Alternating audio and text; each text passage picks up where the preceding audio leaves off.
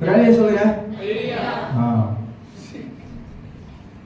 சரி, நான் மகிழ்ச்சி பாக்கியவான் என்ற வார்த்தைக்கு சங்கீதம் 1:2 பாக்கியவான் ஒரே வார்த்தை தான் எடுத்திருக்கேன்.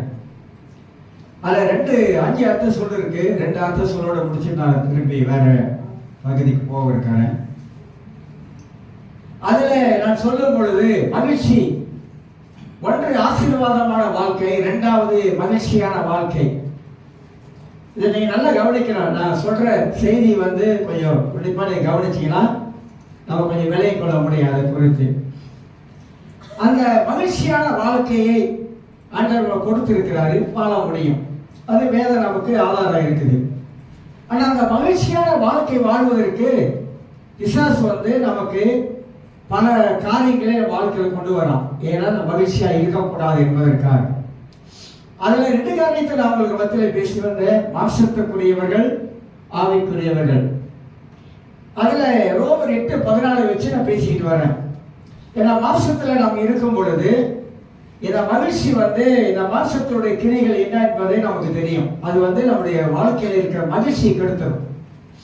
ஆனா ஆவியில நடக்கும் பொழுது தேவன் நமக்கு கொடுத்திருக்கிற அந்த மகிழ்ச்சி நமக்குள்ள எப்போதும் இருந்து கொண்டு இருக்கும். தேவ சமாதானம், மகிழ்ச்சி இதெல்லாம் நம்ம வாழ்க்கையில இருந்து கொண்டே இருக்கும். எப்பொழுது தேவ ஆவியானவராலே நாம் நடத்தப்படும் பொழுது என்று சொல்லி அந்த காரியத்தை சொல்லி வந்தேன்.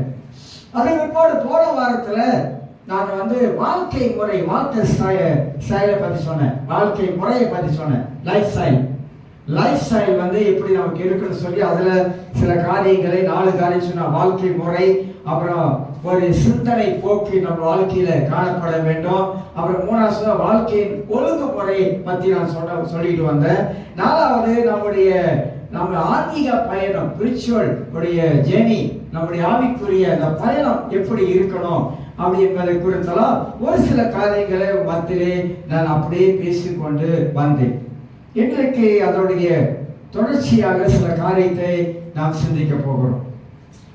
இந்த ஆவிக்குரிய வாழ்க்கை, அதுல தேவ ஆவியினாலே நடத்தப்படுகிறவர்கள் என்று சொல்லி ரோமர் 8:14 வாசிக்கிறோம். எவர்கள் தேவனுடைய ஆவியினாலே நடத்தப்படுகிறார்களோ, அந்த வார்த்தை ரொம்ப ரொம்ப முக்கியமான வார்த்தை, ஒரு எம்பசைஸ் பண்ற வார்த்தை. எவர்கள் தேவனுடைய ஆவியினாலே நடத்தப்பட்டு கொண்டு வருகிறார்களோ அவர்கள் தேவனுடைய புத்திரர்கள், வளர்ந்தவர்கள், வளர்ந்த ஒரு பருவத்தை காட்டுவது என்று சொல்லி நான் சொல்லி வந்தேன். இதுல சில காரியத்தை எடுத்து உங்களுக்கு காட்டி விட்டுட்டு சிலர் சத்தியத்துக்குள்ளாக நாம் கடந்து போகலாம் என்று எண்ணுகிறேன். நம்முடைய வாழ்க்கையிலே இந்த மகிழ்ச்சியாக நாம் வாழ வேண்டும் என்றால், இந்த மகிழ்ச்சி நமக்குள்ளாக நிரந்தரமாக இருக்க வேண்டும் என்றால், இல்லை கொஞ்ச நாள் சந்தோஷமா இருக்கிறது, கொஞ்ச நாள் துக்கமா இருக்கிறது, கொஞ்ச நாள் கவலையா இருக்கிறது, கொஞ்ச நாள் மனதில் ஒரே போராட்டமா இருக்கிறது, அப்படி இல்லை. இதெல்லாம் மாறி மாறி வருதான். ஆனா நமக்குள்ள அந்த உண்மையான அந்த மகிழ்ச்சி, அந்த சந்தோஷம், அந்த சமாதானம், அதை நம்மளை விட்டு யாரும் பறிக்க முடியாது. அது நம்முடைய உள்ளுக்கு பரிசுத்த ஆவியான உள்ள வைத்திருக்கிறார் என்பதை அறிந்து கொள்ள வேண்டும். அதற்கு சில அடிப்படை சில காரியம் இருக்குது. அதுல முதலாவதாக நீங்கள் நானும் நம்முடைய வாழ்க்கையில ஒரு ஆவிக்குரிய ஒரு முதிர்ச்சிக்குள்ளாக வந்து கொண்டே இருக்கணும். ஒரு ஆவிக்குரிய முதிர்ச்சி நமக்கு தெரியும். ஆவிக்குரிய வாழ்க்கை என்பது வேற, ஆவிக்குரிய முதிர்ச்சி என்பது வேற. எல்லாரும் ஆவிக்குரிய வாழ்க்கைக்குள்ளாக தான் வாழ்றாங்க. ஆனா அப்படி இப்படியும் வாழ்றாங்க. அப்படி இப்படியும் அந்த ஆவிக்குரிய வாழ்க்கை தாவி போயிட்டு இருக்குது. ஆனா ஆவிக்குரிய முதிர்ச்சி என்பது அது ஆவிக்குரிய வாழ்க்கை சீராக வாழ்ந்து ஒரு முதிர்ச்சிக்குள்ளாக வருவது என்பதை நாம் அறிந்து கொள்கிறோம். இந்த முதிர்ச்சிக்குள்ளாக வந்தா என்னென்ன காரியம் நம்ம வாழ்க்கையில இருக்கும் என்பதை நாம் விளங்கிக் கொள்ளலாம். ஆவிக்குரிய முதிர்ச்சிக்குள்ளாக வரும் பொழுது நமக்கு என்னென்ன காரியங்கள் நமக்குள்ளாக அது வெளிப்படக்கூடியதாக இருக்கும் என்பதை விளங்கிக் கொள்ளலாம். கிரேக்க வார்த்தையில நோசஸ் என்ற ஒரு வார்த்தை பயன்படுத்தப்படுகிறது. நோசஸ் என்ற வார்த்தை NOSAS கிரேக்க வார்த்தையில இது என்னன்னு கேட்டீங்கன்னாக்கா அறிவு. அறிவு என்ன அறிவு? கிரேக்கர்கள் அந்த காலத்துல கிரேக்கர்கள் அறிவு சார்ந்தவர்கள். அவர்கள் அதிகமாக புத்தகத்தை படிக்கக்கூடியவர்கள் கிரேக்கர்கள். நிறைய படிப்பாங்க, புத்தகத்தை படிக்கக்கூடியவர்கள். அதுதான் 1 கொரிந்தியர் சபையில 1 கொரிந்தியர் 3ஆம் அதிகாரத்தை வாசி பார்த்தீங்கன்னாக்கா, அங்க சபைக்குள்ளாக சில பிரிவுகள் ஏன் வந்துருச்சுன்னா, அறிவு பெருத்தவன் நோவு பெருத்தவன் பைபிள் சொல்லுது நீதிமொழிகள். அறிவு பெருத்தவன் நோவு பெருத்தவன் அப்படின்னு. ரொம்ப அறிவு பெருத்துட்டா கூட, ரொம்ப படிச்சுட்டா கூட என்ன ஆகிருது, கொஞ்சம் எல்லாமே கொஞ்சம் தலைகீழாக போயிடும். என்ன ஆகிரும், நான் ரொம்ப படிச்சிருக்கேன், நான் அளவுக்கு மிஞ்சி படிச்சிருக்கிறேன், எனக்கு நிறைய அறிவு இருக்குது அப்படின்ற அந்த அறிவு சார்ந்த சூழ்நிலையில போயிடும், போட்ட விட்டுரும். கிறிஸ்தவ உலகத்துல அப்படிதான். மண்ட அறிவை வச்சு உலகத்துல நம்ம வாழ்றோம். மண்ட அறிவை வச்சுதான், இதுல ஒரு படிக்கிற ஒரு அறிவை வச்சுதான் அதுல நம்முடைய அறிவை நாம் வளர்த்து கொண்டு அதுல வாழ்றோம். இந்த படிப்புகிற அறிவுக்கும் தேவனை அறிகிற அறிவுக்கும் ரொம்ப ரொம்ப வித்தியாசம் இருக்கு. ரொம்ப மாறுபட்ட ஒரு காரியம் இருக்குது. போன வாரத்தில் அண்ணனை பார்க்கறதுக்காக பூச்சவங்க போயிருந்தேன். பேசிக்கிட்டே இருந்தார் 2 பேரும். நாளை அண்ணன் பேசிக்கிட்டே இருக்கும்போது எங்கள் அண்ணன் ஒரு கேள்வி கேட்டார். என்னடா சபையில் எல்லாம் டிஸ்கோ லைட்லாம் போட்டுக்கிட்டு எல்லாம் சட்டையெல்லாம் ஒரே மடுக்க எல்லாம் சினிமா மாதிரி அப்படின்னு கேட்டு விட்டாரு என்ன பார்த்து. என்ன பதில் சொல்றது இவருக்கு? அவரு இப்பதான் சபையில கால் வச்சிருக்கிறாரு, கால் வச்சு சத்தியத்தை கேட்டுட்டு வர்றாரு. அவர் டிக்டாக்ல நிறைய காரியங்கள் அப்படி பாக்குறாரு, சபைக்காரங்க எல்லாம் போய் பாக்குறாரு.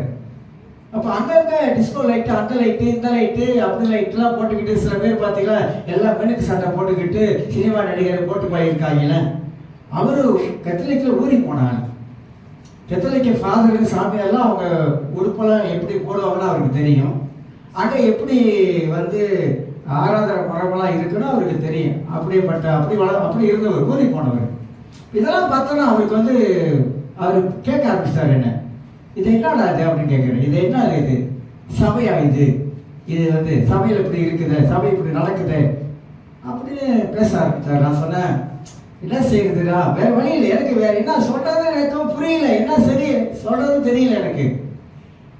அப்ப அவருடைய பார்வையில ஒரு திருச்சபை எப்படி இருக்கணும் அப்படின்னு அவர் பேசுறாரு. ஒரு ஊழியக்காரன் எப்படி உடுத்தணும் அப்படி பேசுறாரு.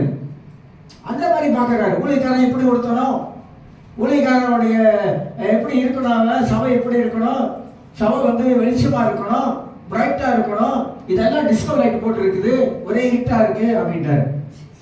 இது நம்முடைய வாழ்க்கையில எந்த அறிவை குறித்து இதை சொல்றது, எந்த அறிவை பத்தி சொல்றது? ஏதோ பார்த்துட்டு ஒன்று செய்யறோமா, பார்க்கிற அறிவா, எங்க ஒரு நடக்கிறதே இல்லை, எங்க ஒரு சபை இப்படி இருக்கிறதுனால. அப்புறம் ஒரு வார்த்தையும் பேசினார். என்னடா வாலிப பிள்ளைங்களா அவங்கள கொண்டு வரணுன்றதுக்காக இப்படி எல்லாம் ஒரு இது செய்யறாங்களா அப்படின்னு அவருக்கு என்ன கேட்கிறாரு. அவருடைய பார்வை, அவருடைய நோக்கம், அவருடைய சிந்தை எல்லாம் மாறுபட்டதா இருக்கு. ஆனா அப்ப அவர் என்ன சொல்ல வர்றாருன்னா, அவருடைய அறிவுபூர்வமாக ஒரு சபைக்குள்ளாக எப்படி மக்கள் இருக்கணும், ஒரு சபை ஆராதனை எப்படி இருக்கணும் அந்த லெவலில் பார்க்கிறாரு. ஆனா இப்ப இருக்கிற இந்த ஜெனரேஷன், இந்த கூட்டம் என்ன வேற மாதிரி நினைக்கிறாங்கனாக்கா, அவங்களுடைய உலக அறிவு பிரகாரம், அவங்களுடைய நினைக்கிற ஒரு சிந்த பிரகாரம், இப்படி இருந்தா அப்படி இப்படி கொண்டு போயிடலாம், அப்படி இருந்தா அப்படி கொண்டு போயிடலாம், இப்படி நடத்தலாம் அப்படின்ற உலக அறிவை கொண்டாந்து உள்ள சபைக்குள்ளாக திணிக்கிறதுனால தான் சபை இன்னைக்கு சபையா இல்லை. சபை இன்னைக்கு வேற மாதிரி ஆயிடுச்சு. ஏன்னா என்னென்னமோ உள்ளக கொண்டு திணிச்சு என்னென்னமோ இன்னைக்கு சபைக்குள்ளாக செயல்படுகிறதுனால சபை சபையாக இல்லாத ஒரு சூழ்நிலை ஏற்படுது. அப்படின்னா எங்க அண்ணன் பார்க்கிற மாதிரி, அவர் மனதுக்குள்ள எழுப்புற கேள்வி மாதிரி எத்தனை பேர் பார்க்கிறாங்க, எத்தனை பேருக்கு இல்லாத கேள்வி மனதுக்குள்ள எழுப்பியிருக்கோம். திருச்சபை பொறுத்து அவங்களுக்கு என்ன ஒரு தப்பான அபிப்பிராயம் ஏற்பட்டிருக்கிறோம், சபையை குறித்ததான என்ன கண்ணோட்டத்தில் அவங்க பார்க்க ஆரம்பிக்கிறாங்க. இதெல்லாம் மனித அறிவுல அவங்க என்ன பண்றாங்கனாக்கா, அதாவது தேவனை சார்ந்து இருக்கல, பரிசுத்த ஆவியானுடைய ஒரு நடத்துதல் இல்லை. இத மனித அறிவு, இப்படி பண்ணாக்கா இப்படி ஆளை இழுத்தரலாம், அப்படி பண்ணா அப்படி ஆளை இழுத்தரலாம், இப்படி பண்ணா அப்படி ஆளை இழுத்தரலாம். இப்ப இதுதான் அந்த ஆளை இழுக்கலாம், ஆளை இழுக்கலாம், ஆளை இழுக்கலாம், ஆளை இழுத்தரலாம். ரட்சிக்க, அதாவது போய் சுவிசேஷம் சொல்லி ஆத்துமாக்களை, புதிய ஆத்துமாக்களை சபைக்குள்ளாக கொண்டு வர வேண்டும் என்றதான தரிசனம் இல்லை. இப்ப அது தரிசனம் போயிடுச்சு. ஆனா இந்த விதமான நூதனமான புது காரியங்களை செய்து எப்படியாவது கொண்டு வரலாம்னு நினைக்கிறாங்க தெரியுங்களா? அதுதான் வாழ்க்கையில பெரிய தப்பு பண்றாங்கன்னு அர்த்தம். ஒரு சர்ச்சுக்கு போயிருந்தேன். போன மாசத்துல ஒரு மாஸ்டர்ஸ் மீட்டிங் வச்சு அங்க போயிருந்தேன். அந்த சர்ச்சை பார்க்குற பின்னால எல்லாம் ஒரே கருப்பு, சுத்தி கருப்பு, எல்லாம் கருப்பு. நடுவில் பெரிய பாக்ஸ் மாதிரி அடிச்சு அது கருப்பு. நான் நேராக பாஸ்டர் பார்த்து கேட்டேன். நான் சொன்னேன், நேராக அவனை கேட்குறேன், ஏன் இப்படி கருப்பு போட்டு சேர்ச்சை பார்க்கறதுக்கே அசிங்கமாக இருக்கிற மாதிரி வச்சிருக்கீங்களே? இப்போ என் மைண்டில் என்ன வருது, சபை இப்படி தான் இருக்கணும் அப்படின்னு நான் யோசிக்கிறேன். நீங்கள் எல்லாம் கருப்பாக்கிட்டு முன்னுக்கெல்லாம் கருப்பு, சுத்தமாக கருப்பு, பார்க்கறதுக்கே இதாக இருக்கு அப்படின்னு நேராக கேட்டேன். அவர் சொன்னார், பையனுக்கு என்ன பண்ணிட்டானுங்க, வீடியோ கேமரா எடுக்கிறதுக்காக அந்த கருப்பு போட்டாக்கா அந்த வீடியோ கேமரா எடுக்கிறதுக்கு சரியா இருக்கும், நல்லா இருக்கும், லைட்டு எல்லாம் போட்டா, அதெல்லாம் லைட்டு போட்டால் தெரியாது அப்படின்னாரு. அப்போ நான் சொன்னேன், டிவி நிலையத்தில் போய் டிவி நீங்கள் செய்தி வாசிக்கிற இடத்துக்கு நீங்கள் போனீங்கன்னாக்கா, நான் போயிருக்கேன், அங்கே எல்லாம் பச்சை. ஏன் பச்சைனா உங்களுக்கு தெரியும், தெரிஞ்சவங்களுக்கு தெரியும் ஏன் பச்சை வச்சிருக்காங்கன்னு சொல்லிட்டு. அதனால பச்சையை வைக்கலாமே ஷூட்டிங் எடுக்கிறதுக்கு, இது பண்றதுக்கு. அப்படி நேரம் கேட்டான். அப்ப சபனாக்கா மக்களுடைய மனதுல எண்ணத்துல என்ன ஏற்படுது, அது பிரைட்டா இருக்கணும், சுத்தமா இருக்கணும், வெள்ளையா இருக்கணும், இல்ல வேற கலர் ஏதாவது உங்களுக்கு அடிச்சாலும் நல்லா இருக்கணும், லைட்லாம் போட்டு நல்லா இருக்கணும். அதுதான் ஒரு சபை என்றதான ஒரு மனப்பான்மை எண்ணம் நமக்குள்ளாக வருது. ஆனா இது மனித அறிவினாலே செய்யப்படுகிற காரியங்கள் தான் இதெல்லாம் இன்னைக்கு நடந்துகிட்டு இருக்குது. மனித அறிவு, தேவ ஆவியானவர் சபை இப்படி நீ அடிய கருப்பு அடி, நீ அதை அடி இதை அடி அப்பெல்லாம் சொல்ல, சபை எப்படி இருக்குன்னு சொல்லி நமக்கு தெரியணும். அப்ப கிரேக்கர்கள் இந்த புத்தக அறிவு அவங்களுக்கு படிப்பு, புத்தக அறிவு வைத்துதான் அவங்க செயல்பட்டு வந்தாங்க. அதனால்தான் ஒரு சபைக்குள்ளாக பிரிவினை வந்ததுக்கு அறிவு ஒரு காரணமாக காணப்பட்டது என்பதை விளங்கிக் கொள்ள வரும்.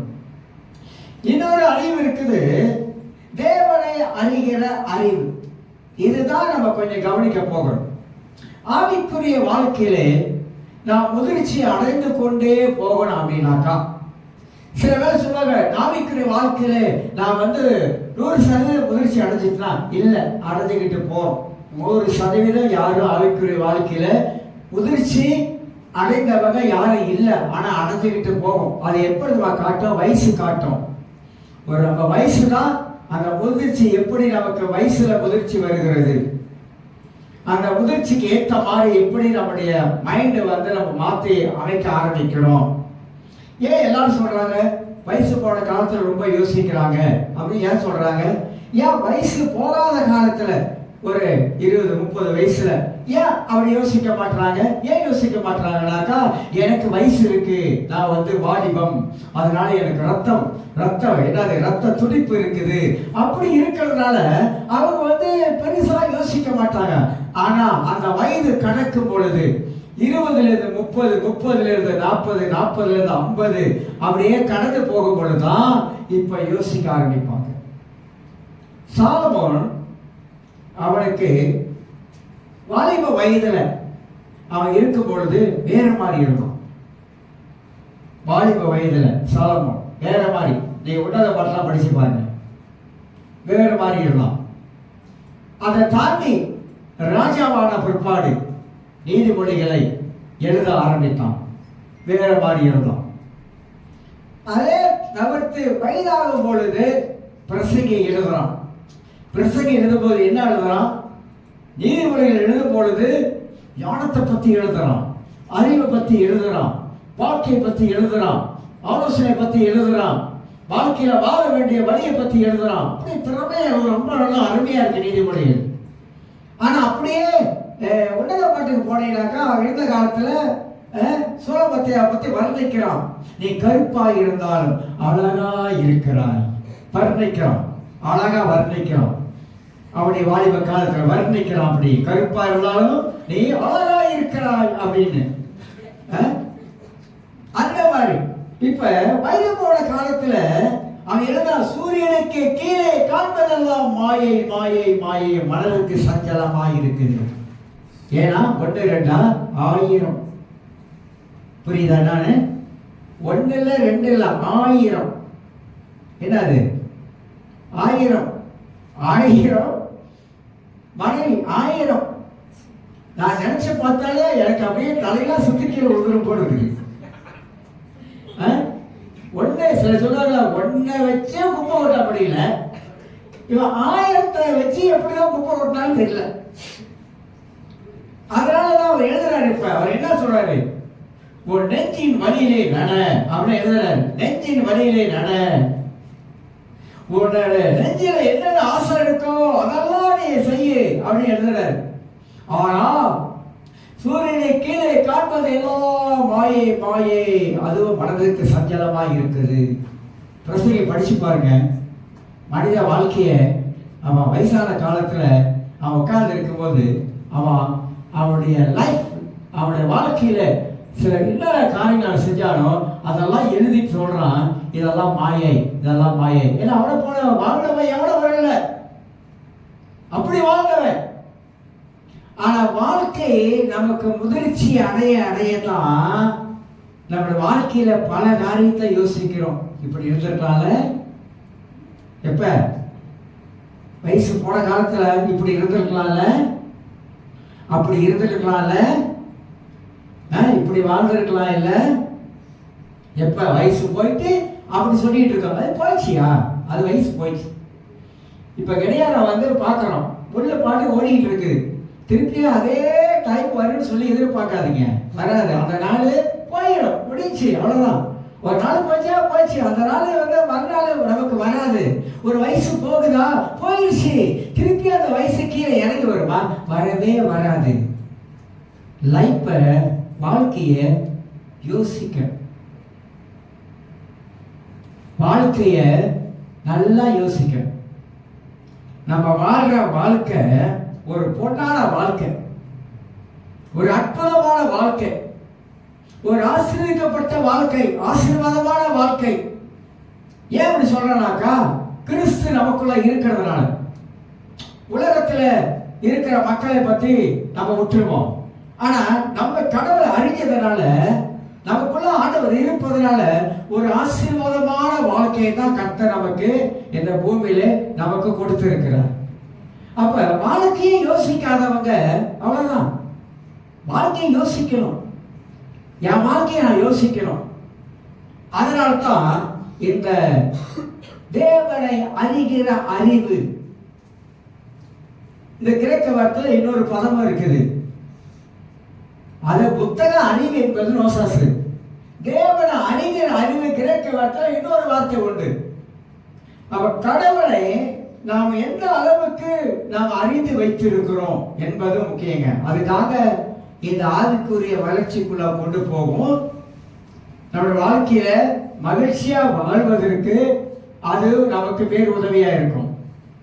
இன்னைக்கு ரொம்ப பேர் பாருங்க, ஒரு போன வாரத்தில் சிரமம்ல ஒரு மீட்டிங் நடந்துச்சு, மாஸ்டர்ஸ் ஃபெலோஷிப் தான். அது வந்து என்ன எலெக்ஷன் வரும்போதில் எல்லாரும் வந்திருந்தாங்க, எல்லாம் வைபி அந்த பி இந்த பி எல்லா பியும் வந்திருந்தாங்க, பேசிக்கிட்டு இருக்காங்க, நல்லா பேசுனாங்க. அதில் ஒரு பாஸ்டர் பேசினார். ஒரு பாஸ்டர் வந்து என்கிட்ட தனியாக பேசிக்கிட்டு இருக்கோம். சொல்றாரு, நல்ல ஒரு மனித பாஸ்டர், அருமையா ஆத்தும ஆதாயங்களை பண்ணக்கூடியவர், நிறைய ஆத்தும ஆதாயம் பண்ணியிருக்காரு, நிறைய பேர் ரட்சிப்புக்குள்ள கொண்டாந்துருக்காரு. அவருடைய மகன் சேரக்கூடாத ஆளோட கூட சேர்ந்து போய் காரில் அடிப்பட்டு இறந்துட்டான். 2வது பையன் இறந்துட்டான். ஆனா கூட போனவனே யாரும் சாகல, இவன் இறந்துட்டான். அவருடைய கேள்வி என்னன்னா, ஏன் மற்றவெல்லாம் கடவுளை அறியல, ஏன் பையன் கடவுளை அறிஞ்சவன் இயேசுவை ஏற்றுக்கொண்டவன் அவன் இறந்துட்டானே, ஏன் கடவுள் அவனை காப்பாத்தல? கேள்விப்பட்டீங்களா? என்னன்னா ஏன் கடவுள் அவனை காப்பாத்தல, ஏன் ஆண்டவரை காப்பாத்தல? நான் எத்தனையோ பேருக்கு சுவிசேஷம் சொல்லி எத்தனையோ பேரை ஆதாயப்படுத்தி சபைக்குள்ள கொண்டாந்தனே, என் மகனை கர்த்தர் கைவிட்டாங்க. இதுதாங்க இன்னைக்கு கிறிஸ்துவ வாழ்க்கையில வரக்கூடிய மகா பெரிய என்னது சோதனையோ, மகா பெரிய போராட்டமோ. அது மட்டுமல்ல, கேள்வி, பயங்கரமான கேள்வியும் இதுக்குள்ளாக நம்ம கேட்க வேண்டியதாக இருக்கும். இப்படி நடந்ததுனால அவ்வளவு ஆத்துமாக்களை சபைக்குள்ளாக கொண்டு வந்த அந்த ஆளு கடவுளை விட்டு பின்மாறிட்டார், ஆண்டவரை விட்டு பின்மாறிட்டார். ஏன்? என்னோட பயிரை கர்த்தர் காப்பாத்தல. ஒரே கேள்வி, ஏன் என் பயிரை காப்பாத்தல? இதுக்கு என்ன பதில் சொல்றது? சொல்லுங்க பார்க்கலாம். நான் அவன் சொன்னேன், ஆமா அவன் இறந்ததுக்கு கடவுளுக்கு தான் தெரியும். ஒருவேளை இதுக்கு வந்துட்டு அவன் வாழ்க்கை எப்படி இருக்குன்னு தெரியாது, நமக்கு எப்படி வாழ போறான்னு தெரியாது. அதனால ஒரு வேளை கடவுளுக்கு விருப்பமா இருக்கலாம், இவன் அதுக்கு வந்துட்டு வேற மாதிரி போய் அவங்க அப்பா ரொம்ப வேதனைப்படக்கூடாது, இப்படி ஆயிட்டானா அப்படி ஆயிட்டான்னு சொல்லிட்டு ஒரே அதுக்கு அதனால அவன் என்ன செய்யிருக்கலாம், அவன் போயிருக்கலாம், ஆண்டவர்கிட்ட போயிருக்கலாம். அவன் எங்க போயிட்டான்? கடவுள் தானே போயிட்டான். ஆனா அவரால் அதை எடுத்துக்க முடியல. கஷ்டம் என்ன ஆயிட்டாரு? நக்சலைட் பின்னாடிட்டார். நல்லா யோசிங்க நான் சொல்றத. தேவனை அறிகிற அறிவு, நமக்குள்ளாக தேவனை அறிகிற அறிவு நமக்குள்ள இருந்துச்சுன்னா நஷ்டமோ கஷ்டமோ துன்பமோ பாடோ மரணமோ எதுவா இருந்தாலும் பவுல் சொல்றாரு, கிறிஸ்துவின் அன்பை விட்டு நம்மை பிரிப்பவன் யார்? பவுல் மாற முடியுமா? சொல்லுங்க. பவுல் அடி வாங்குறத மாதிரி அடி வாங்க முடியுமா? சொல்லுங்க. பவுல் கொஞ்ச நஞ்சம் அடி வாங்கினாரு. பவுல் சாதாரணமான ஆள் இல்ல, படிச்ச மனிதன், படிச்ச மேதை, கமாலியின் பாதத்துல படிச்சவன், பரிசேயன், நியாயப்பிரமாணத்தை கரைச்சு குடிச்சவன். ஆனா அவன் சொல்றான் தன் வாழ்க்கையில எல்லாத்தையும் விட்டுட்டு, ஏன்னா நல்லா வாழ்ந்த ஆளு. சிலர் பின்னாடி சரித்திரம் சொல்றாங்க, பவுல் 100 கோடிக்கு சொத்துக்கு பணக்காரனா, அவங்க அப்பா பெரிய பெரிய, அவங்க தாத்தாலாம் பெரிய வசதியான ஆட்கள், அந்த மாதிரி. ஆனா அவரு சொல்றாரு, எல்லாத்தையும் விட்டுட்டு இதெல்லாம் குப்பை என்று எண்ணுகிறேன் அப்படின்றாரு. கிறிஸ்துவின் அன்பை விட்டு நம்மை பிரிப்பவன் யார்? இதனால நம்முடைய கடவுளை அறிகிற அந்த ஆழமான அந்த அறிவு நமக்குள்ள இல்லைனாக்கா, நம்மளுடைய வாழ்க்கையில எப்படிப்பட்ட ஆளா இருந்தாலும் இந்த சம்பவம் நம்மள என்ன ஆயிரும்? பின்மாறி போக வச்சிடும். நீ பின்மாறி போவதனால உனக்கு எவ்வளவு நஷ்டம் தெரியுமா? எவ்வளவு நஷ்டத்தை நீ இழக்கிறது தெரியுமா? உனக்கு ஆண்டவர் வைத்திருக்க மேலான ஒரு நித்திய ஜீவனை இழந்துட்ட. இதுதான் இன்னைக்கு கிறிஸ்தவ உலகத்துல நிறைய நடக்குது. மக்கள் கடவுளை அறிகிற அறிவிலே இன்னைக்கு வளர்வது குறைஞ்சிருச்சு. நிறைய பேருக்கு கடவுளுக்குள்ளாக வாழக்கூடிய, கடவுளை அறிந்து கொள்ளக்கூடிய அந்த மேன்மை எனக்கு இல்லாம போயிட்டு சொல்லி சொல்ல வர ஒரு வசனத்தை நான் வாசிக்கிற 1 பேதுரு புஸ்தகத்துல 2 பேதுரு புஸ்தகத்துல 2ஆம் அதிகாரம் 2 பேதுரு 2ஆம் அதிகாரம் பேதுரு ரொம்ப அழகா ஒரு காரியத்தை இங்க விளக்கி சொல்லுவாரு. அதனால நம்முடைய வாழ்க்கையில நம்ம ஆவிக்குரிய ரீதியிலே நாம் வளர்ச்சி அடைய வேண்டும் என்றால் முதலாவதாக நம்முடைய வாழ்க்கையில தேவனை அந்த அறிகிற அந்த அறிவிலே நாம் வளர்வது அவசியமாக இருக்கிறது. 3ஆம் வசனம் 4ஆம் வசனம் வாசிக்கிற 2 பேதுரு 1ஆம் அதிகாரம் வசனம் 3-4. தம்முடைய மகிமையினாலும் காருண்யத்தினாலும் நம்ம அழைத்தவரை அறிகிற அறிவினாலே ஜீவனுக்கும் தேவ பக்திக்கு வேண்டிய யாவற்றையும் அவருடைய ஜீவிய வல்லமையானது நமக்கு தந்தருளும் அன்றே என்று வாசிக்கிறோம்.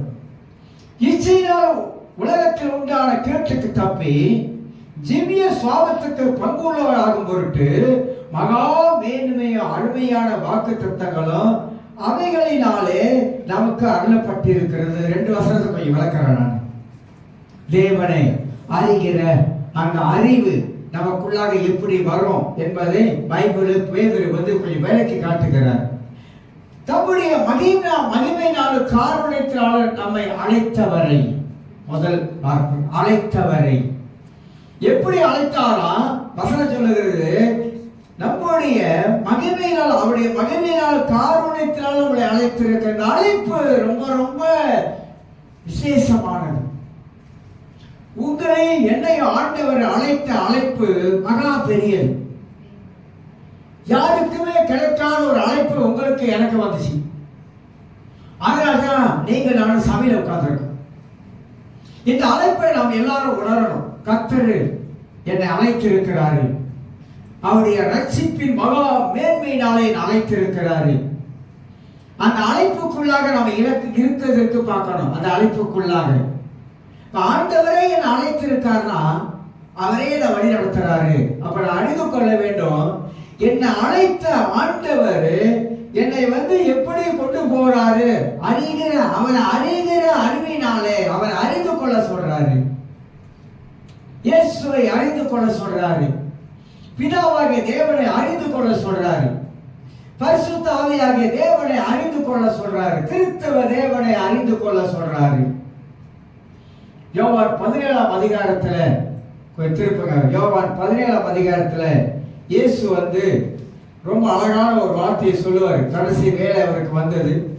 அதாவது இயேசு உயிர்த்தெழுந்த பிற்பாடு சில காரியங்கள்லாம் அங்க நாம் பார்ப்போம். அவர் சொல்லிக் கொண்டு வருவார்.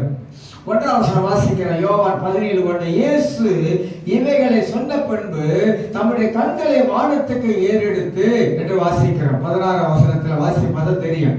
பிதாவை வேலை வந்தது, நீர் உம்முடைய குமாரனுக்கு தந்திருந்த யாவற்றிற்கு அவர் நித்திய ஜீவனை கொடுக்கும் பொருட்டு மாம்சமான யாவர் மேலும் நீர் அவர்களுக்கு அதிகாரம் கொடுத்தபடியே உம்முடைய குமாரன் உம்மை மகிமைப்படுத்தும்படிக்கு நீர் உம்முடைய குமாரனை மகிமைப்படுத்தும்.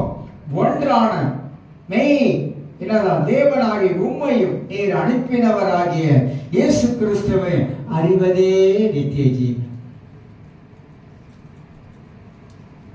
பிதாவாகிய தேவனை அறிந்து கொள்வதும் அவர் அனுப்பின ஆண்டவராக இயேசு கிறிஸ்துவை ஆழமாக அறிந்து கொள்வதும், அவருக்குள்ள இருந்து செயல்பட்ட பரிசுத்த ஆவியானவர் இன்னைக்கு எனக்குள்ள இருக்கிறார், இவரை நான் விளங்கிக் கொள்வதும் என் வாழ்க்கையில அதுதான் நித்திய ஜீவன், முடிவில்லாத ஒரு வாழ்க்கையை நமக்கு கொடுக்கிறது. அப்ப கடவுளை அறிகிற அறிவு உங்களுக்கு எனக்கும் ஒரு அளவோடு இருக்கிறதால அது ஆழமா இருக்கும். ஆழமா தேவனை அறிகிற அறிவுல நாம் இருக்கணும். அதுதான் சொல்றாரு. அப்ப அறிகிற அறிவினால ஜீவனுக்கும் தேவ பக்திக்கும் வேண்டிய யாவற்றையும் அவருடைய ஜிவ்ய வல்லமையானது நமக்கு தந்தருதல் மன்றி. ஜிவ்ய வல்லமை, பரிசுத்தாருடைய வல்லமை நமக்குள்ளாக தந்தபடினாலே தேவனுடைய ஆவியானவர் கிறிஸ்து யார் என்பதை நமக்கு சொல்லி காட்டிக்கொண்டே இருக்கிறார். கிறிஸ்து யார்? கிறிஸ்து ஏன் இந்த உலகத்துக்கு வந்தாரு? அவர் உலகத்துக்கு வந்த நோக்கம் என்ன?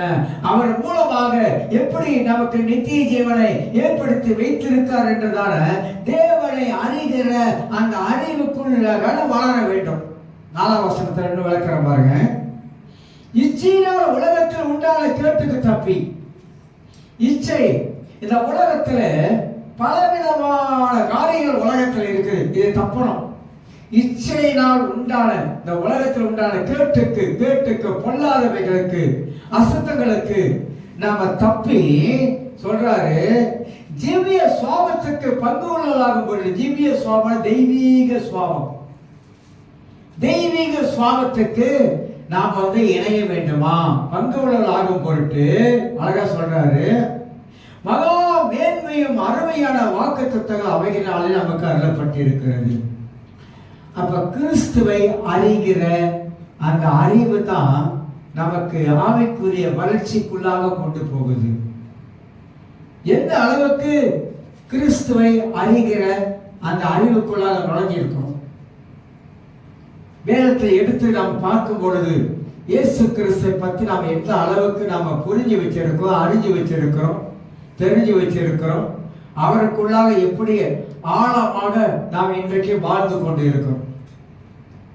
இது முதல் காரியத்தாக நாம் அறிந்து கொள்ள வேண்டும். ஆவிக்குரிய முதிர்ச்சியிலே நாம் போக வேண்டும் என்றால் தேவனை அறிகிற, கிறிஸ்துவை அறிகிற அந்த அறிவிலே நாம் வளர வேண்டும். கிறிஸ்து அறிகிற சும்மா வந்துடாதுங்க, சும்மா வராது. கிறிஸ்துவ அறிகிற அறிவு வேதத்தின் மூலமாகத்தான் வருது. வேதத்தின் மூலமாகத்தான் கிறிஸ்துவை நாம் சரியான விதத்துல அறிந்து கொள்ளக்கூடிய அறிவுக்குள்ளாக நாம் வளர்ச்சி அடைந்து கொண்டே வருகிறோம். அதனாலதான் நம் விசுவாசம் ரொம்ப ஸ்ட்ராங்கா இருக்குது. நம்முடைய விசுவாசம் ரொம்ப ஆணித்தரமா உள்ள போறோம். ஏன்னாக்கா இயேசு யார் என்பதை பர்சனலா அறிஞ்சிருக்கும். ஒரு பிள்ளையை பார்த்து கேளுங்க, ஒரு 15 வருஷ பிள்ளையை பார்த்து கேளுங்க, நீ இயேசு அறிஞ்சிருக்கியா அப்படின்னு கேட்டு பாருங்க. இப்படியும் கேளுங்க, நீ ரசிக்கப்பட்டியா அப்படின்னு கேளுங்க. ஒரு 15 வயசு சேச்சுக்கு வர பிள்ளையை பார்த்து நீ ரசிக்கப்பட்டியா, இயேசு அறிஞ்சிருக்கியா, இயேசு உனக்கு எப்படி தெரியும், இயேசுவை எப்படி அறிந்து எப்படி தெரிந்து இயேசு உனக்கு சொந்த தெய்வமா எப்படி நீ ஏற்றுக்கொண்டு வாழ கேட்டு பாருங்க. என்ன பதில் சொல்லுது பாருங்க. அப்ப அந்த அளவுக்கு அந்த முதிர்ச்சி கொஞ்சம் கொஞ்சமா வாழ்க்கையில வரணும் அறிகிற அறிவினாலே. இரண்டாவதாக ஒரு காரியம், இந்த ஆவிக்குரிய பயிற்சி தேவை. முதிர்ச்சி அடைவதற்கு என்ன தேவை? ஆவிக்குரிய பயிற்சி தேவை. இந்த ஆவிக்குரிய பயிற்சி எல்லா கிறிஸ்தவருக்கும் அவசியம். ஏன் ஆவிக்குரிய பயிற்சி தேவை? ஒரு ஆவிக்கு போனா பயிற்சி தேவை, ஒரு போலீஸ் துறைக்கு போனா பயிற்சி தேவை, ஒரு வேலைக்கு போனா ஒரு பயிற்சி தேவை. எல்லாத்துக்கும் ஒரு பயிற்சி இருக்குது. அது போல நம்முடைய ஆவிக்குரிய வாழ்க்கையில வளருவதற்கு ஒரு பயிற்சி இருக்குது. அந்த பயிற்சி எடுத்தாதான் நம்மளும் அந்த ஆவிக்குரிய வாழ்க்கையில கிறிஸ்துவை அறிகிற அறிவுக்குள்ளாக நாம வளர்ந்து போய்கிட்டே இருக்க முடியும். பயிற்சி தேவை, எல்லாருக்கும் பயிற்சி தேவை. அந்த பயிற்சி தான் நமக்கு பைபிள் ஸ்டடியா வைக்கிறோம், பல பல காரியங்களை ஏற்பாடு செய்து வைக்க ஆரம்பிக்கிறோம். அப்ப பயிற்சி எடுக்கிறவங்க தேவனை அறிகிற அறிவுக்குள்ளாக வளர்ந்துகிட்டே போவாங்க. ஒன்றுமே தெரியாதவங்களா இருக்க மாட்டாங்க. 10 வருஷம் 15 வருஷம் திருச்சபைக்கு வந்து நம்ம கடலுக்கு கொடுத்த சரியான அறிகிற அறிவு இல்லைனாக்கா நம்ம கப்பை கவுந்துரும். என்னது? நம்ம ரஜிலா கப்ப கவுந்துரும். ஏன் கவுறனாக்கா கடவுளை அறிகிற அறிவு ஆழமான ஆணி வேறுபாடு இருக்கணும், அதுதான் கவராது. மூணாவது ஒரு காரியம், இந்த ஆவிக்குரிய முதிர்ச்சி, அது அறிகிற அறிவு, இரண்டாவது பயிற்சி, இதெல்லாம் வாழ்க்கையில வரும்பொழுது வாழ்க்கையில ஒரு பெரிய மாற்றம் வந்து கொண்டே இருக்கும். வாழ்க்கையில பெரிய மாற்றம் வந்து கொண்டே இருக்கும். முதல் இருந்த மாதிரி நம்ம வாழ்க்கை இப்ப படிப்படியாக மாறுது, படிப்படியாக மாறுது, கொஞ்சம் கொஞ்சமாக மாறுது. நம்முடைய லைஃப் ஸ்டைல்லாம் கொஞ்சம் மாறுது, வாழ்க்கை முறையெல்லாம் கொஞ்சம் மாறிக்கிட்டே போகுது, எல்லாம் மாறிக்கிட்டே போகுது. அப்ப ஏன் மாறுது அப்படின்னாக்கா மேலே வாழ்க்கையில இருக்கிறது வளருது. வளர வளர நான் கொஞ்சம் கொஞ்சமா என் வாழ்க்கையில ஒரு மாற்றத்தை நான் ஏற்படுத்தி கொண்டுகிட்டே வரணும். இன்னொரு நல்லா நம்ம அறிந்து கொள்ளணும், என் வாழ்க்கையை நான் தான் மாத்திக்கணும். என் வாழ்க்கையை நான் மாற்றிக்கிறதுக்கு நான் தான் தீர்மானிக்கணும். என் வாழ்க்கையை நான் மாற்றிக் கொள்வதற்கு நான் தான் முடிவெடுக்கணும். வேற யாரும் என் வாழ்க்கை வந்து என்னத்தான் புத்திமதி சொன்னாலும் என்னெல்லாம் அறிவுரை சொன்னாலும் அது ஏற்றி சொன்னாக்கா கணிக்கு வந்தாலும் அது கதையை போயிடும், அப்படிதானே? ஆனா என்னதான் புத்திமதி அறிவுரை ஆலோசனை சொன்னாலும் கூட என் வாழ்க்கையை மாற்றிக்கொள்ளக்கூடிய தீர்மானமோ அக்கறையோ கணிசனையோ என்கிட்டதான் இருக்கு. நான் தான் மாத்திக்கிறேங்க, நான் தான் வாழ்க்கையை மாத்தி வாழணும். சிலருக்கு வந்து நான் மாற மாட்டேன், இப்ப என்ன நான் இப்படிதான் இருப்பேன், இப்ப என்ன இப்ப அப்படின்னு எவ்வளவு பேர் அப்படி இருக்கிறவங்க இருக்காங்க. நான் மாத்திக்க மாட்டேன், மாத்திக்கப்பா, வாழ்க்கையை மாத்தி வாழு, இப்படியே வாழாத, காலத்துக்கு இப்படியே வாழ்ந்தா உன் வாழ்க்கை எப்படி இருக்க போகுது, கொஞ்சம் மாத்தி தான் பாரு, வாழ்க்கையை கொஞ்சம் மாத்தி தான் பாரு, கொஞ்சம் மாத்தி பார்த்து வாழ்ந்து பாரு எப்படி இருக்கிற அந்த வாழ்க்கை அப்படின்னு கேட்கிறவங்க வாழ்க்கையை மாறி வாழ்வாங்க. ஆனா கேட்காதவங்க அவங்க வாழ்க்கையை மாற்றிக்கொள்ளவே மாட்டாங்க. வாழ்க்கையை மாற்றிக்கொள்ளாவிட்டால் ஆவிக்குரிய வளர்ச்சி நமக்கு இருக்காது. ஆவிக்குரிய வளர்ச்சி வாழ்க்கையை மாற்றத்துல காட்டுது. அதான் ரொம்ப முக்கியம். அப்ப மூன்றாவது, வாழ்க்கை மாற வேண்டும் என்பது ஏன் விருப்பம் இல்லை, நான் சொல்றதுனால இல்ல, அது தேவனுடைய விருப்பம். கடவுளை விரும்புகிறார், ஆண்டவர் விரும்புகிறார். உன் வாழ்க்கையை மாற்றி அமைத்துக் கொண்டு நீ வாழணும் என்பது தேவனுடைய சுத்தமா இருக்கிறது. அதுதான் தேவனுடைய விருப்பமாகவும் இருக்கிறது. இதை நான் விளங்கிக் கொள்ள வேண்டும். நாலாவது ஒரு காரியம் சொல்லுகிறேன். அதாவது, நான் ஆவியானவரை நடத்தப்படுகிறேன். எனக்குள்ளார ஒரு தெய்வீக மகிழ்ச்சி எப்போது இருக்கணும், தெய்வீக சமாதானம் எப்படி இருக்கணும். இப்போ சண்டையே வராதா பஸ் அப்படின்னு நினைக்கிறீங்க? சண்டையே வராதா? சண்டைலாம் வரும். வீட்டு சண்டை வரும், குடும்ப சண்டை வரும். அந்த சண்டை சின்ன சண்டை, அதெல்லாம் வாய் சண்டை, அதெல்லாம் போயிடும். அதனால மகிழ்ச்சி போவாது. அந்த மகிழ்ச்சி நிரந்தரமாக உள்ளே இருக்குது. ஆனால் கட்டை எடுக்கிற மாதிரி, கட்டை எடுக்கிறோமா, அதுதான் வேண்டாம் அப்படின்ற வாய் சாண்டியோடு நீ பண்ணிட்டு அழகாக முடிச்சுக்கணும் கதையை. அதனால வாழ்க்கையில நாலாவது காரியம் ஒன்று இருக்கு, முக்கியமானது நேர்மை. நேர்மை, நேர்மையாய் ஆண்டவருக்கு நம் வாழ்க்கையை வாழ்வது. இதுலதான் உள்ளுக்க 1000 பேர் நம்முடைய நேர்மைக்கு எதிராக பல காரியம் நடக்க ஆரம்பிக்குங்க. நீ போனையா பையன் போய் எவ்வளவு காலத்துக்கு நேர்மையா வாழ்வ, எவ்வளவு காலத்துக்கு உண்மையா இருப்ப, உண்மையா இருந்ததெல்லாம் போதும் அப்படிலாம் பலர் சொல்லுவாங்க. ஆனா ஆண்டவருக்கு உண்மையாக நேர்மையாக நான் வாழும் பொழுதுதான் நான் ஒரு ஆவிக்குரிய மனிதன் என்பதை அங்க நிரூபிச்சு காட்டுறேன். இல்லாது நான் ஒரு ஆவிக்குரிய மனிதன் ஆவாம், நான் நேர்மையா வாழ ஆரம்பிக்கிறேன், நான் உண்மையா வாழ ஆரம்பிக்கிறேன். பெரிய உலகத்துல பாக்குறோம் எத்தனை பேர் நேர்மையா வாழ்ந்தவங்க, உண்மையா வாழ்ந்தவங்க. இன்னைக்கு அவங்களாம் இல்லை. தர்மம் தலை காக்கணும். ஏன் தர்மம் தலையை காக்குமா? அது ஒரு கதை இருக்குது.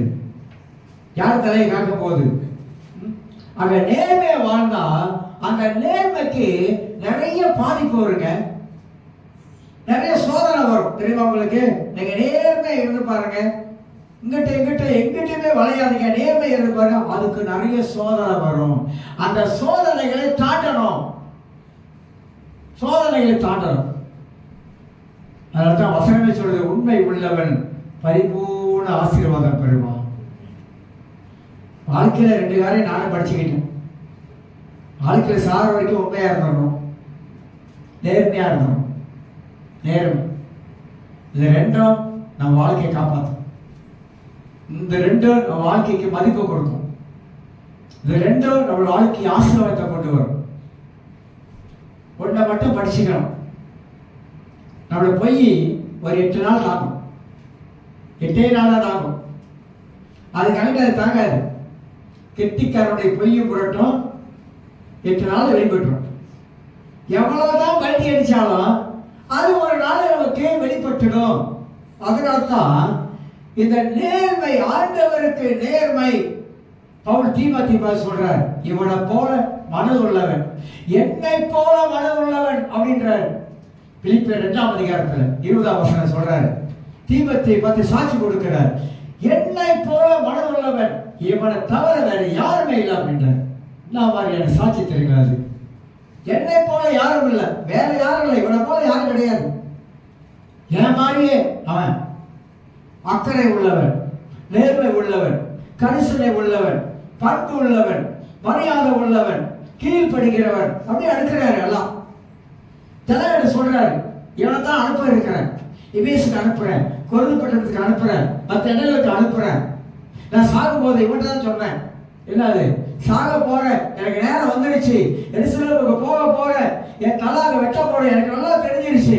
அதனால சொல்றேன், தீமோத்தேயே வாடிக்காலம் வருவதற்கு முன்பதாக அந்த புத்தக சொல்லை எடுத்துட்டு வாப்பா அப்படின்ற, புத்தக சொல்லை எடுத்துட்டு வா, அங்கி எடுத்துட்டு வா. ஏன் நம்பிக்கை உள்ளவன் யார்? தீமோத்தேயு. அந்த அளவுக்கு பவுல் பைபிள்ல அவளை குறித்து எழுதியிருக்காருனாக்கா தீமோத்தேயு எப்படி வாழ்ந்திருக்கான் பாருங்க, நேர்மை உள்ளவனா வாழ்ந்திருக்கான். உண்மை முக்கியங்க, உண்மை ரொம்ப ரொம்ப முக்கியம். 5வது காரியம் சொல்லுகிறேன், கிறிஸ்தவ வாழ்க்கையிலே ஆவியானவரால் நடத்தப்படுவது, இந்த மகிழ்ச்சி நமக்குள்ள என்னைக்கு இருக்கிறோம் அப்படின்னாக்கா, மாசத்துக்கும் ஆவிக்கும் நிறைய வித்தியாசத்தை பத்தி நான் சொல்லி இருக்கிறேன், பிற்பாடு சொல்லுவேன். இந்த மாச கிறிஸ்தவர்களாக இருந்தோமாக்கா நிறைய பிரச்சனை சந்திப்போம். மாச கிறிஸ்தவர்களாக இருந்தோமாக்கா நம் வாழ்க்கையில பல போராட்டங்களை சந்திப்போம். மாச கிறிஸ்தவர்களாக இருந்தாக்கா ஜெயிக்க முடியாது, தோத்துரும், எல்லாத்தையும் தோல்வி வரும், நிறைய விஷயத்தை தோல்வி வரும். பைபிள் சொல்லுகிறது நம்ம எல்லா விதத்திலையும் நம்மளால ஜெயிக்க முடியுமா? முடியும். 2 Corinthians 10 அழகா சொல்றாரு பவுல், அழகா சொல்றாரு, தர்க்கங்களையும் அப்படின்றார், தர்க்கங்களையும் முற்றுமாக எல்லா விதத்திலையும் எல்லா எண்ணங்களையும் மேட்டுமையாய் தோன்றுகிற பெருமையாய் தோன்றுகிற எல்லா எண்ணங்களையும் இயேசுவின் நாமத்தினால அதை சிறைப்படுத்துகிறேன், முற்றுமாக நாங்கள் ஜெயம் கொள்வோம் அப்படின்றார். முற்றிலும் ஜெயம் கொள்ளுகிறவர்கள், எல்லாத்திலும் ஜெயம் கொள்ளுகிறவர்கள், சோதனை ஜெயிக்கிறவர்கள், போராட்டங்களை ஜெயிக்கிறவர்கள், எல்லா காலத்திலும் ஜெயிக்கணும். ஜெயிக்கணுங்க, நீங்களும் நானும் ஜெயிக்கணும். ஒரு போராட்டம் வருதா அதை மாதிரி அப்படியே உட்கார்ந்து இருக்கக்கூடாது. அந்த போராட்டத்தை எப்படி ஜெயிக்கிறது? ஒரு சோதனை வந்துருச்சா, இந்த சோதனையை எப்படி ஜெயிக்கிறது? அந்த மாதிரியான எண்ணம் வரணும். எப்படி ஜெயிக்கிறது? ஜெயிக்காம விடக்கூடாது. ஒரு கோலியாத் இருந்தான், ஒரு தாவீது இருந்தான். ஆனா இஸ்ரவேல்ல 40 நாள் அளவு அப்படின்னு நினைக்கிறான், அது வாங்கடா அப்படின்னு எல்லாம் தொடரடியும் காட்டானுங்க. யாரு? சவுல் ராஜா சேர்த்து ஒரே ஒரு வாலிபன் வரான். ஏன் தெரியுங்களா? அவருக்கு நல்லா தெரியும் என் தேவன் யார் என்பது. அவருக்கு நல்லா தெரியும், நான் கடவுளோடு கூட ஐக்கியப்பட்டு இருக்கிறேன், கடவுளோடு கூட நான் நடக்கிறேன். கீதார் எடுத்தனா, பாட்டு வாசித்தனாக்கா அங்க ஒரு தேவ பிரசனம் அப்படியே இறங்கி வரும். சவுலுக்கு அப்படிதான் செஞ்சான். ஒரு கிண்ணறத்தை எடுத்தான் தாவீது, அப்படியே வாசித்தான், அப்படியே அசுத்தாய் ஓடி போச்சு. இந்த அனுபவம் எல்லாம் தாவீதுக்கு இருக்குது. அவன் கடவுளோடு நெருங்கி இருந்தது, அவனுக்கு அந்த அனுபவம் இருக்குது. ஒரு விஷயம் கண்ணி வந்துச்சு, ஒரு விஷயம் சிங்கம் வந்துச்சு, அதெல்லாம் அப்படியே வாயை கடிச்சு போட்டான். எப்படி அழகா சொல்றான் பாரு, வாயை கடிச்சு போட்டான். இந்த பெலிஸ்தன் ஏமாத்திரம், இவன் ஏமாத்திரம், மைண்ட் பாருங்க எப்படி வேலை செய்யுது. இவன் ஏமாத்திரம், பிடித்த சேதனம் இல்லாத இந்த பெலிஸ்தன் ஏமாத்திரம், அவைகளில் ஒன்றை போல இருப்பான். எத்தனை வயசு தாவீதுக்கு? ஒரு 17 வயசு. அவன் சொல்றான் பாருங்க, வீர வார்த்தைகளை பேசுறான், வெற்றிகரமான வார்த்தைகளை பேசுறான். அவ்வளவு பேர் இருக்கானுங்க இஸ்ரேல்ல, எல்லாம் யுத்தத்துக்கு போறவனுங்க எல்லாம் இருக்காங்க, எவனும் வர முடியல. ஆனா இவன் நிக்கிறதுக்கு என்ன காரணம் நீங்க சொல்லுங்க? அவன் பின்னுக்கு நிக்கிறதுக்கு என்ன காரணம்? அவன் மைண்டு அந்த மாதிரியான ஒரு மைண்டு, அந்த மாதிரியான ஒரு எண்ணம்.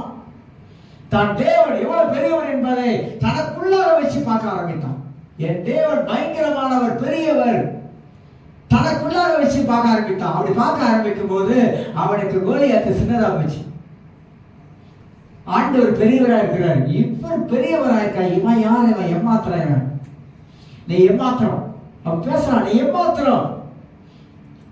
அவன் சொல்றான், நான் ஈட்டியோட வருவேன், அப்படி வருவேன், இப்படி வருவேன். நீ எதில் வந்தாதான் எனக்கு என்ன? நான் தேவனுடைய நாமத்தினால வருகிறேன், கர்த்தருடைய நாமத்தினால வருகிறேன் அப்படின்னு பேசுறான். கர்த்தருடைய நாமத்தினால. அப்ப இதெல்லாம் படிக்கும் போது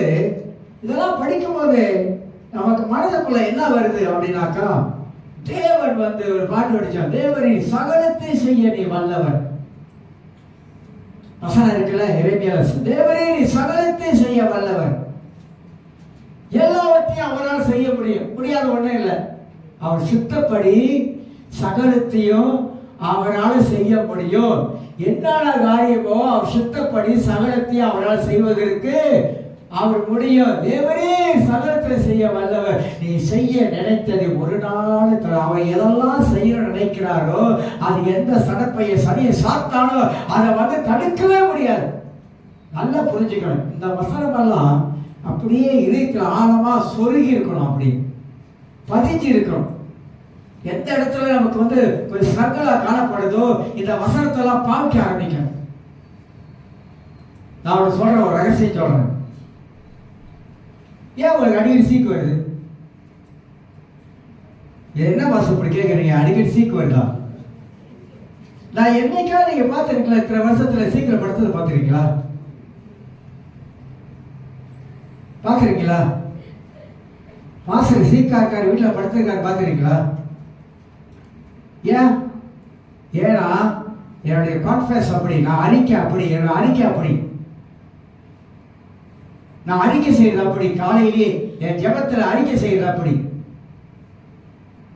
இந்த அறிக்கையை நீங்க செஞ்ச பல வருஷமா செய்யறேன். 1 வருஷம் 2 வருஷம் பல வருஷமா செய்யறேன்.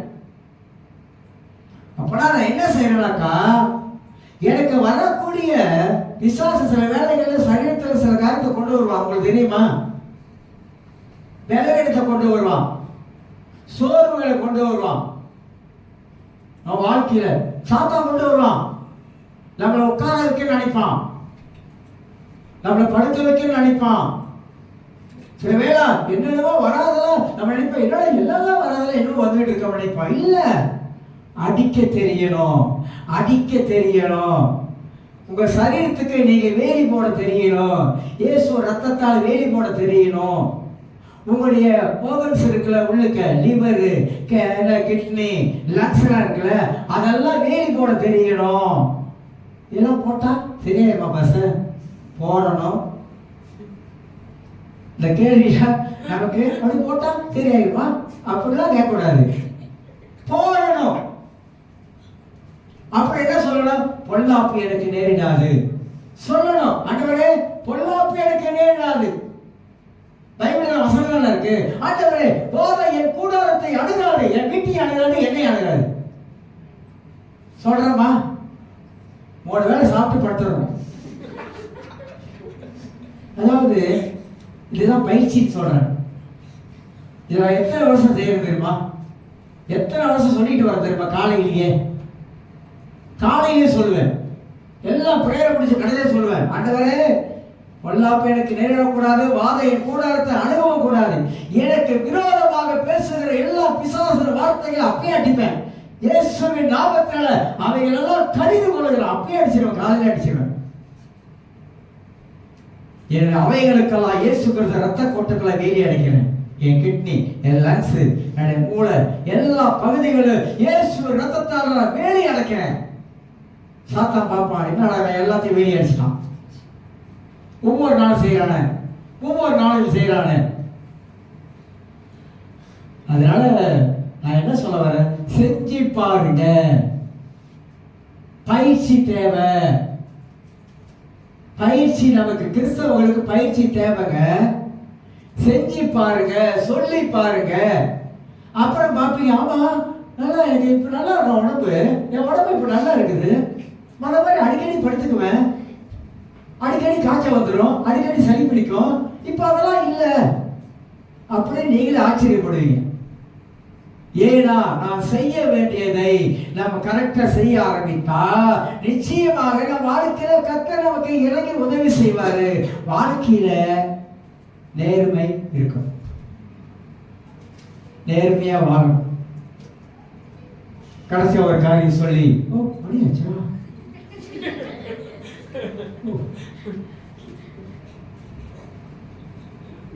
அப்ப இன்டெகிரிட்டி நமக்கு அவசியம். எது இருக்கோ, நான் இதெல்லாம் ரொம்ப சின்சியரா இருப்பேன், உண்மையா இருக்கணும். ஆண்டவரே வாழ்றது கொஞ்ச காலம் உண்மையா இருக்கணும், உண்மைக்கு பார்வைக்கு உண்மையா இருக்கணும். அந்த உண்மைத்துவம் நம்ம வாழ்க்கையில நிறைய விஷயங்களை நம்ம வாழ்க்கையில கட்டி காக்கும், வழி நடக்கும். அப்ப மகிழ்ச்சி எப்படி வருது பாருங்க. கடவுளை அறிகிற அறிவு, அது மட்டுமல்ல ஆவிக்கிற வாழ்க்கையில வளர்கிற வளர்ச்சி, செயல்முறை பயிற்சி, நேர்மை, ஆண்டவருக்கு நேர்மையா வாழ்றது, இப்படிலாம் வாழ ஆரம்பிக்கும் போது நமக்கு தேவனுடைய ஆவியாளர் உள்ள கொடுத்திருக்கிற சமாதானம், மகிழ்ச்சி எல்லாம் நமக்குள்ள அப்படியே இருக்கும். நான் இப்ப ரொம்ப கத்துக்கிட்டேன்னா படிச்சுக்கிட்டேன், ரொம்ப படிச்சுக்கிட்டேன். என்ன படிச்சுக்கிட்டேன்? அமைதியா இருக்க படிச்சுக்கிட்டேன். இதுக்கு முன்ன கொஞ்சம் பேசுவேன். இப்ப கர்த்தர் ஒண்ணு தான் சொல்லிக் கொடுப்பாரு. ஒரு ஏடியா நம்ம அப்படியே வளர்ந்து வர்றதில்ல, ஒண்ணு சொல்லிக் கொடுப்பாரு. அமைதியா இரு, பொறுமையா இரு, இது சொல்லிக் கொடுப்பாருங்க. உங்களுக்கு தெரியாது, சொல்லிக் கொடுப்பாரு. அதனால அந்த அமைதியா இருக்க பழகிட்டாக்கா நிச்சயமாக வாழ்க்கையில வெற்றி மேல வெற்றி தானே. எதுல அமைதி? வாயில் அமைதியா இருன்றாரு. இதுல அமைதியா இரு, பொறுமையா இரு, காத்திரு, நல்லா யோசி, நல்லா சிந்தனை பண்ணு. இதெல்லாம் ஆண்டவர் உன்னவனா சொல்லிக் கொடுக்க நிறைய விஷயங்கள் ஆவிக்குரிய தன்மை நம்ம வாழ்க்கையில வெளிப்பட ஆரம்பிக்குது. ஆவிக்குரிய தன்மை, ஆவிக்குரிய குணாதிசயங்கள், ஆவிக்குரிய வளர்ச்சிகள், இதெல்லாம் வாழ்க்கையில அப்படியே வர வர வர நம்ம வாழ்க்கையில ஒரு மாறுபட்ட ஒரு ஜீவியை நமக்குள்ள உண்டாக ஆரம்பிக்கும். மாறுபட்ட ஜீவி. அதனால இந்த கால வேளையில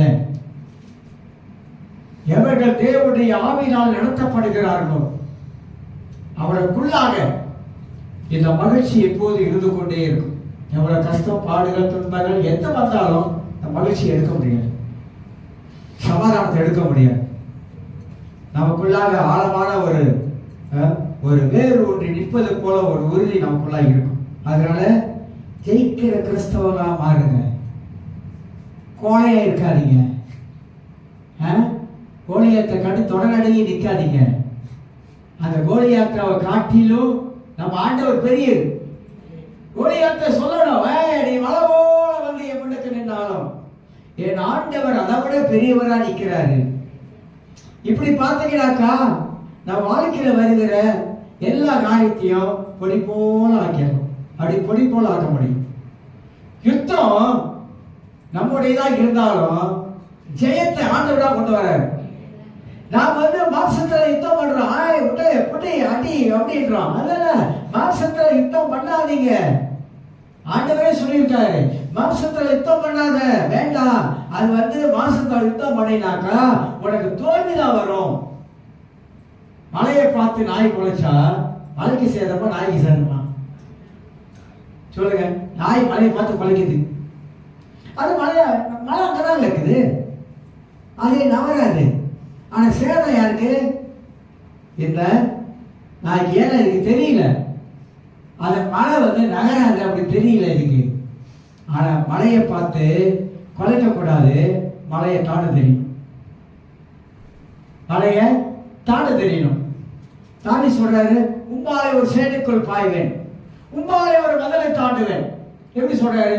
உம்பாலை ஆண்டவரே, நான் ஒரு சேனைக்குள்ளாக, ஒரு பெரிய சேனைக்குள்ள என்னால் போக முடியும், உம்பால ஒரு மதலையே என்னால் தாண்ட முடியும் ஆண்டவரே.